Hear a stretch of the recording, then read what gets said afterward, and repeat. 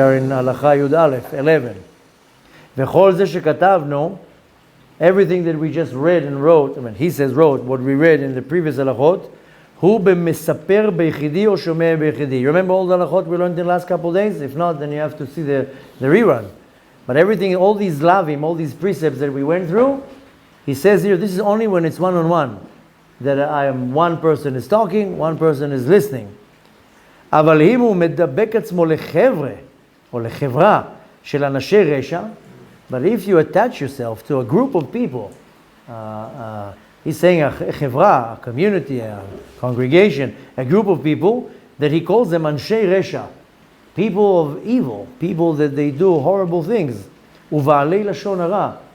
And we just said the word ba'alei. Remember before what I said? Baal means an owner. Ba'alei Lashon Harah. That Lashon Harah is part of their life. They own the Lashon Harah. כדי לספר להם או כדי לשמוע מהם. Now some people attach themselves to a certain group of people either to tell them the Lashon Harah or either to hear from them the Lashon Harah. If it's to tell them the Lashon Harah, that's one thing. Some people will attach themselves to a group. And how would he get popular in the group? Let me tell you some juicy stuff about your neighbor.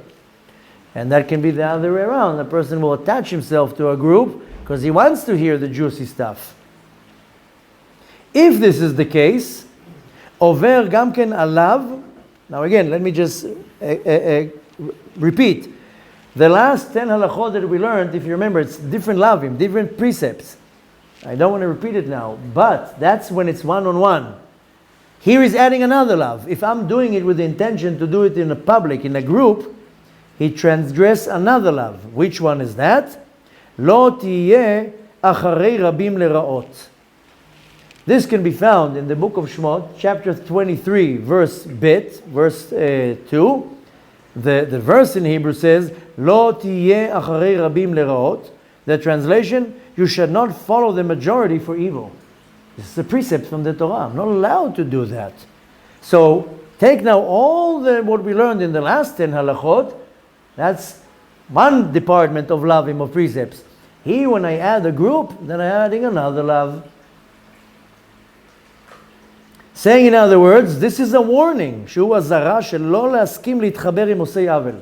This is a warning. Do not gang up or get yourself connected to people. He calls them osei avel, that they're doing wrong.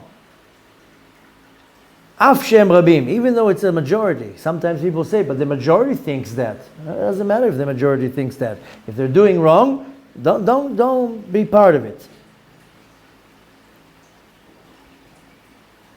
Here he continues now, he just gives a different reference. I'm going to skip it because he's saying here about what he's saying now, what we read now. He sends us to a reference of Rabbeinu Yonah in one of his ma'amarim, in Hilchot Tshuva, and he's giving a whole scenario here. I'm actually going to choose to skip it right now because he's just, I want to stay with the halacha. So just to repeat this halacha, all the lavim, all the precepts that we learned before, that's when one person and the other. But if you now taking it to the next level and you attach yourself to a group of people, that's their agenda, that's their nature, and I know it sounds shocking, but there are people that's their nature. How can they slander this guy and gossip about that guy, and that's all that they talk. And they totally think it's fine. And you know where you find a lot of them? On social media. One person puts a post, and then you have everybody jumps into the conversation, and ooh. I learned my lesson, I think maybe 10 years ago when Facebook first came out, that you go into arguments. I saw that this is a pit without an end. There's nobody to talk to because you're talking to keyboards. You're not talking to a person face to face, which, excuse how I'm going to express myself now, that you can slap them across the face. This is a keyboard. And then you don't know who's hiding behind the keyboard. So this is one of the biggest pits of Lashon Harah. But don't think it's only social media. There are many shuls that's the topic. What he said and what she did and what he did and what he does. And don't attach yourself to a group of people like that. Next. ואם הוא מחזיק במחלוקת על ידי סיפורו, By the way, when I said next halacha, not next topic, we're in halacha Yudbet 12. If a person is holding in a disagreement, in a machloket, in an argument, by what he has to say, now this is usually the case, by the way. When Lashon Harah will come into the equation, there's going to be a machloket here. Yesterday, a rabbi, who's also a good friend, texted me, and he told me that some individual that we both know very well is trying to come between us, and that individual is going and bad-mouthing me to him to me, and I was just laughing. And he says this individual is trying to make an argument between us, saying that you said this, I said this. Yeah, come on, this is old news. What are you listening to? What are you listening to this? It's just unbelievable how, and both of us were like, I can't believe it. Why are you trying to make a disagreement now, a machloket between two rabbis? Why? What bothers you? That you have to make a machloket, a disagreement between us.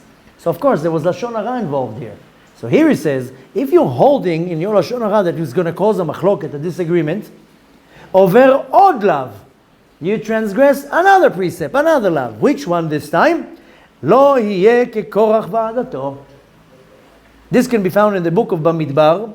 This is not anything made up. This is from the Torah itself. This is in the book of Bamidbar, chapter 17, verse Hey, and the translation should not be like Korach and his company.